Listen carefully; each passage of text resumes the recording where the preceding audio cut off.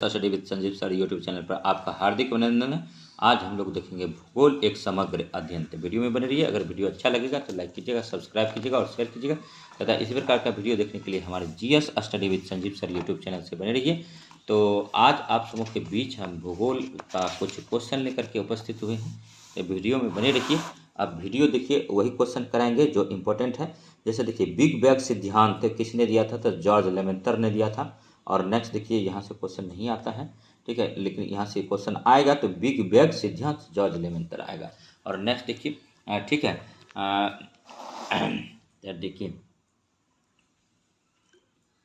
जो क्वेश्चन पर फोकस करेंगे उसी को आप लोग को करना है, ठीक है।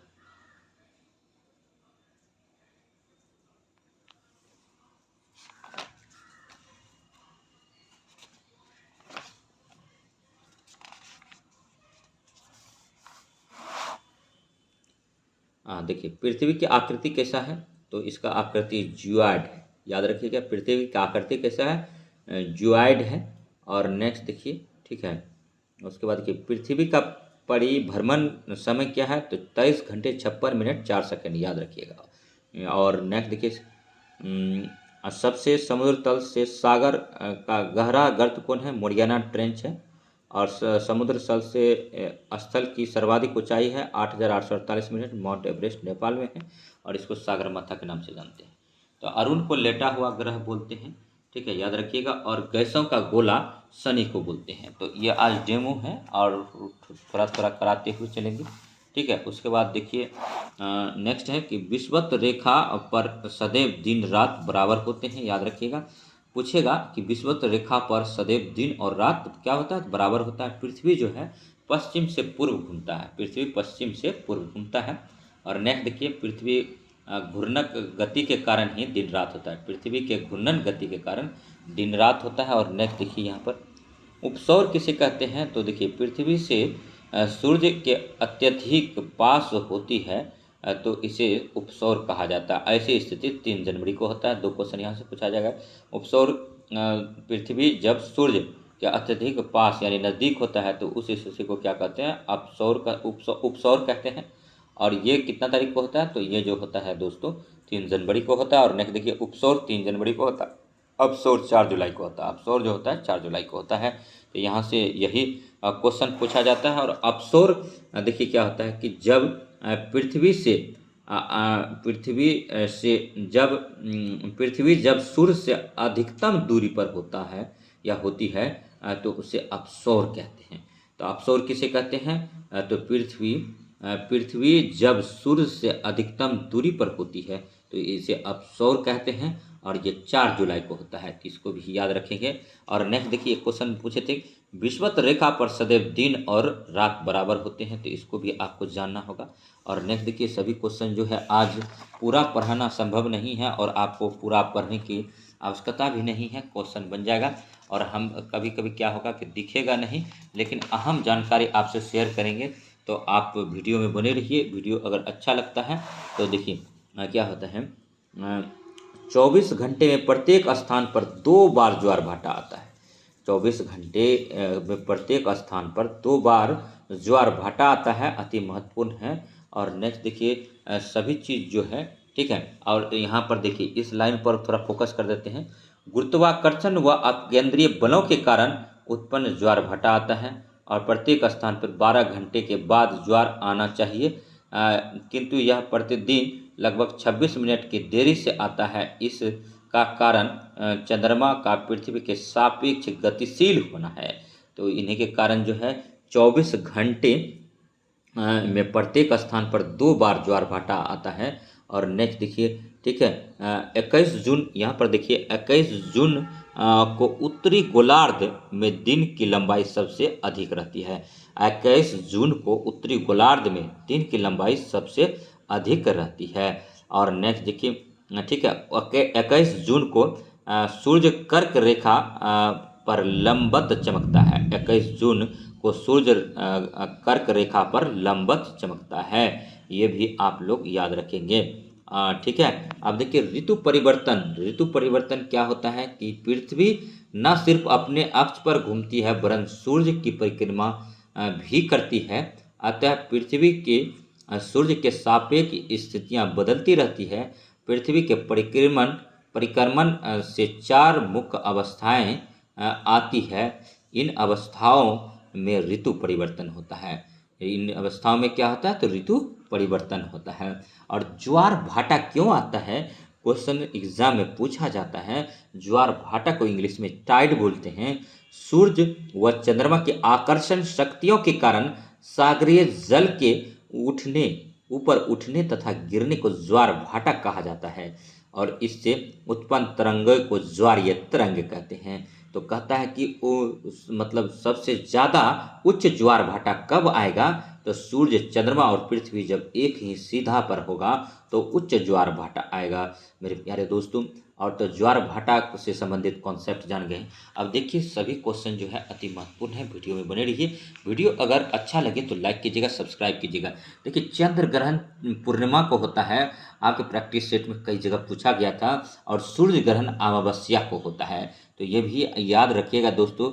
और नेक्स्ट देखिए, ठीक है, उसके बाद फिर देखिए देखिए चंद्र ग्रहण हमेशा पूर्णिमा की रात को होता है। चंद्र ग्रहण को लूनर इलिप्स बोलते हैं, लूनर इलिप्स बोलते हैं, ये भी याद रखिएगा। टेम्स नदी तट पर लंदन शहर बसा है, हुगली नदी तट पर कोलकाता बसा है, याद रखिएगा। और तमाम जानकारी लेकर के हम आप सबके बीच उपस्थित हुए हैं। और नेक्स्ट देखिए अब जो है थोड़ा सा ऑब्जेक्टिव लगा लेते हैं, वीडियो में बने रहिएगा। और नेक्स्ट देखिए, ठीक है, क्षेत्रफल की दृष्टि से भारत का विश्व में कौन सा स्थान है? तो दोस्तों 7वां स्थान है। और भूभाग का विस्तार पूर्व से पश्चिम कितना है? तो 29-33 किलोमीटर, तथा उत्तर से दक्षिण कितना है? तो 32-14 किलोमीटर है। भारत का क्षेत्रफल विश्व के कुल क्षेत्रफल का कितना भाग है? 2.4 है। और नेक्स्ट देखिए, ठीक है, कि भारत का अक्षांशीय विस्तार क्या है? तो 8 डिग्री 4 मिनट उत्तरी अक्षांश से 37 डिग्री 6 मिनट उत्तरी अक्षांश के मध्य है। और देशांतरीय रेखा क्या निर्धारित करती है? तो समय एवं अवस्थिति को निर्धारित करता है। भारत में मानक समय 82.5 डिग्री 5 राज्यों से होकर गुजरती है। उत्तर प्रदेश, मध्य प्रदेश, छत्तीसगढ़, उड़ीसा और आंध्र प्रदेश। और कर्क रेखा भारत में 8 राज्यों से होकर गुजरती है, पहले हम बता चुके हैं। कर्क रेखा भारत के कितने राज्यों से गुजरती है? तो 8 से गुजरता है। गुजरात, राजस्थान, मध्य प्रदेश, छत्तीसगढ़, झारखंड, पश्चिम बंगाल और त्रिपुरा और मिजोरम से गुजरता है। भारत को लगभग 2 बराबर भागों में ठीक है, अक्षांश विभाजित करता है। तो 23.5 डिग्री उत्तरी अक्षांश यानी कर्क रेखा भारत को 2 बराबर भागों में विभाजित करता है। भारत की सबसे पश्चिम बिंदु गौरमाता गुजरात तथा पूर्वी बिंदु कीबूत अरुणाचल प्रदेश में है। और मध्य सूर्योदय एवं सूर्यास्त में लगभग कितने घंटे का अंतर होता है? तो 2 घंटे का होता है। भारतीय मानक समय, ठीक है, 82.5 डिग्री किस शहर से होकर गुजरता है? इलाहाबाद के निकट मिर्जापुर से गुजरता है। और भारतीय मानक समय एवं ग्रीनविच माध्य समय में कितने घंटे का अंतर होता है? 5.5 घंटे का अंतर होता है। और भारत यामोत्तर पर मध्याह्न तो 120 डिग्री पूर्वी देशांतर पर स्थानीय समय 2.5 घंटे अपराह्न होता है। और देखिए भारत का सुदूर दक्षिणतम बिंदु कौन सा है? तो इंदिरा पॉइंट है। और इंदिरा पॉइंट ग्रेट निकोबार द्वीप पर स्थित है। और नेक्स्ट देखिए, भारत का एकमात्र जिला कौन सा है जिसका सीमा 4 राज्यों से स्पर्श करती है? सोनभद्र उत्तर प्रदेश है। तो ये तमाम जानकारी था। और नेक्स्ट देखिए, वीडियो में बने रहिएगा। ये जो इंडिया का मैप है, सबसे ऊपर में लद्दाख है, उसके बाद जम्मू कश्मीर, हिमाचल प्रदेश, पंजाब है। पंजाब 5 नदियों की भूमि है। हरियाणा जो है इसकी राजधानी चंडीगढ़ है। और उत्तराखंड है, उत्तराखंड को फूलों की घाटी बोलते हैं। दिल्ली एनसीआर है, ठीक है। उसके बाद फिर दिल्ली यूटी बना था, ठीक है, 1956 में, लेकिन एनसीटी बना दिया, नेशनल कैपिटल टेरिटोरी, तो 1992 में बनाया। दिल्ली को किसने बसाया था? तो अनंगपाल ने बसाया था। तोमर वंश के ये राजा थे, अनंगपाल ने बसाया था। राजस्थान जो है, ठीक है, राजस्थान क्षेत्रफल की दृष्टि से सबसे बड़ा राज्य है। और गुजरात जो है गिर गुजरात में ही पाया जाता है। और महाराष्ट्र देखिए, ठीक है, महाराष्ट्र में मुंबई है। गोवा जो है सबसे बाद में आज़ाद हुआ था, पुर्तगालियों के द्वारा छोड़ा गया था। और केरल में, ठीक है, मालाबार तट है। तमिलनाडु के तरफ जो है कोरोमंडल तट है। और पुडुचेरी, इसमें जो 4 ज़िले हैं ये चारों इसी में नहीं है, अगल बगल के ज़िले में हैं। तो उसका चारों का आप लोग नाम लिख के कमेंट कीजिएगा। आंध्र प्रदेश पूर्वी तटीय वाला राज्य है, और उड़ीसा है, और पश्चिम बंगाल है। उसके बाद देखिए त्रिपुरा तीनों तरफ से बांग्लादेश से घुरा हुआ है दोस्तों, और मिजोरम है। और मणिपुर में कुकी और मैती जनजाति जो है मणिपुर में ही अभी मतलब दोनों के समुदाय के बीच में झड़प चल रहा है। नागालैंड की राजधानी जो है नागालैंड की राजधानी कोहिमा है, और नागालैंड जो है दोस्तों यहाँ की राजकीय भाषा जो है अंग्रेजी है। और नागालैंड में हॉर्नबिल फेस्टिवल मनाया जाता है। अरुणाचल प्रदेश में नामदफा नेशनल पार्क है अरुणाचल प्रदेश में, और दम्फा है। और अरुणाचल प्रदेश में सबसे पहले सूर्य की किरण दिखाई देता है, उगता है। और नेक्स्ट देखिए ठीक है, मेघालय को मतलब मेघों का घर कहा जाता है। यहीं पर एक जो है मेघालय में ही मानिसराम जगह है जहाँ की सबसे ज़्यादा बारिश होती है। और असम में ठीक है, असम में बिहू जो नृत्य हम लोग मनाते हैं, बिहू हम लोग नहीं मनाते हैं, असम में बिहू ठीक है फेस्टिवल मनाया जाता है। और सिक्किम जो है पूर्ण जैविक राज्य है। और बिहार देखिए अपना बिहार, इसका क्षेत्रफल 94,163 वर्ग किलोमीटर है। और बिहार की सीमा देखिए किससे किससे लगता है दोस्तों, तो बिहार की सीमा जो है पश्चिम बंगाल से, झारखंड से और उत्तर प्रदेश से लगता है। तो ये तमाम जानकारी लेकर के अब उत्तर प्रदेश देखिए सबसे ज़्यादा जो सीमा लगता है पूरे भारत में राज्यों में, तो उत्तर प्रदेश का ही लगता है। और उत्तराखंड को हम पहले बता चुके हैं। अब ऊपर से आते हैं देखिए ठीक है, देखिए जम्मू कश्मीर है ठीक है, हिमाचल प्रदेश है ठीक है, उसके बाद फिर चंडीगढ़ है, उत्तराखंड है, पंजाब है, हरियाणा है, दिल्ली है, राजस्थान है, राजस्थान की राजधानी जयपुर है। गुजरात की राजधानी जो है, गुजरात की राजधानी कहाँ है तो गांधीनगर है। और महाराष्ट्र का कहाँ है, महाराष्ट्र की राजधानी कहाँ है तो महाराष्ट्र का मुंबई है। और गोवा का कहाँ है तो गोवा का राजधानी कहाँ है तो गोवा का पणजी है। और कर्नाटक का कहाँ है दोस्तों तो बेंगलुरु है, बेंगलुरु। और केरल का कहाँ तिरुवनंतपुरम है। तमिलनाडु का कहाँ है तो तमिलनाडु का दोस्तों जो है ठीक है, तमिलनाडु की राजधानी कहाँ है तमिलनाडु, तमिलनाडु याद कमेंट कीजिए, तमिलनाडु याद नहीं आ रहा है ठीक है। उसके बाद आंध्र प्रदेश का हैदराबाद है। और तमिलनाडु की चेन्नई है, तमिलनाडु के चेन्नई है। और नेक्स्ट देखिए ठीक है, उड़ीसा का भुवनेश्वर है। और छत्तीसगढ़ का जो है रायपुर है। और पश्चिम बंगाल का जो है कोलकाता है। झारखंड का रांची है, बिहार का पटना है। और मेघालय का शिलोंग है, त्रिपुरा का अगरतला है, मिजोरम का ठीक है मिजोरम का इम्फाल है। और मणिपुर मिजोरम का जो है ठीक है मिजोरम नागालैंड का कोहिमा है। और मिजोरम का अगरतला है, मणिपुर का इम्फाल है, असम का दिसपुर है, अरुणाचल प्रदेश का जो है असम का दिसपुर है, अरुणाचल प्रदेश का ईटानगर है। और नेक्स्ट देखिए सिक्किम का गंगटोक राजधानी है। और नेक्स्ट देखिए उत्तर प्रदेश का लखनऊ है। और उत्तराखंड का जो है उत्तराखंड का नैनीताल है। और हिमाचल प्रदेश का राजधानी कहाँ है, हिमाचल प्रदेश की राजधानी शिमला है। पंजाब की राजधानी कहाँ है, चंडीगढ़ है। और चंडीगढ़ जो है ठीक है हरियाणा में ही पड़ता है, हरियाणा की भी राजधानी कहाँ है, चंडीगढ़ है। और दिल्ली का राजधानी नई दिल्ली है। और नेक्स्ट देखिए मध्य प्रदेश का भोपाल है। और देखिए महाराष्ट्र का तो मुंबई है। तेलंगाना का जो है आंध्र प्रदेश है। और छत्तीसगढ़ का जो है, छत्तीसगढ़ का कहाँ है तो छत्तीसगढ़ का राजधानी जो है ठीक है रायगढ़ है। और आंध्र प्रदेश का कहाँ है, हैदराबाद है। तेलंगाना का कहाँ है तो तेलंगाना का जो है ठीक है, आप लोग कमेंट कीजिए राजधानी कहाँ है, इसका भी थोड़ा सा तेलंगाना, तेलंगाना ठीक है। तो ये सब था। और नेक्स्ट देखिए ठीक है, थोड़ा इम्पोर्टेंट क्वेश्चन है, वीडियो में बने रहिए। तो नेक्स्ट वीडियो में इसी प्रकार का वीडियो देखने के लिए GS with Sanjeev sir YouTube channel को लाइक कीजिए। आज यहीं रहने देते हैं, भारत का ये भूगोल था, ये भी क्वेश्चन कराएंगे। और ठीक है उसके बाद फिर देखिए थोड़ा कुछ इंपॉर्टेंट चीज़ दिख रहा है, इसको देख लेते हैं। देखिए 9 डिग्री चैनल जो है लक्षद्वीप को मिनिकॉय से जोड़ता है, 8 डिग्री चैनल मालदीव को मिनिकॉय के मध्य से जोड़ता है। और ग्रेट या महान चैनल जो सुमात्रा, इंडोनेशिया और निकोबार द्वीप को जोड़ता है, पाक स्टेट भारत श्रीलंका को मध्य जोड़ता है। महिम रेखा जो है, माहिम रेखा एक पतली सी निवेशिका है मुंबई में। कच्छ की खाड़ी का है, पश्चिमी गुजरात के क्षेत्र को कच्छ की खाड़ी बोलता है। खंबात की खाड़ी का है, पूर्वी गुजरात, नर्मदा और ताप्ती का मुहाना है। लक्षद्वीप सागर का है, लक्षद्वीप और मालाबार तट मध्य है। मन्नार की खाड़ी का है, तो दक्षिण पश्चिम तमिलनाडु और श्रीलंका है। कोको स्टेट कहाँ है? कोको म्यांमार, उत्तरी सीमा अंडमान मध्य में है। दक्कन पास कहाँ है? दक्कन सूडान और अंडमान में है। 10 डिग्री चैनल कहाँ? अंडमान निकोबार में है। तो ये तमाम था जानकारी। उसके बाद फिर देखिए देश क्या है? भारत है। अन्य नाम क्या है? आर्यभट्ट है। जम्बूद्वीप है। भारतवर्ष इंडिया है। राजधानी कहाँ? नई दिल्ली है। भौगोलिक स्थिति क्या? उत्तरी गोलार्ध में अवस्थित है।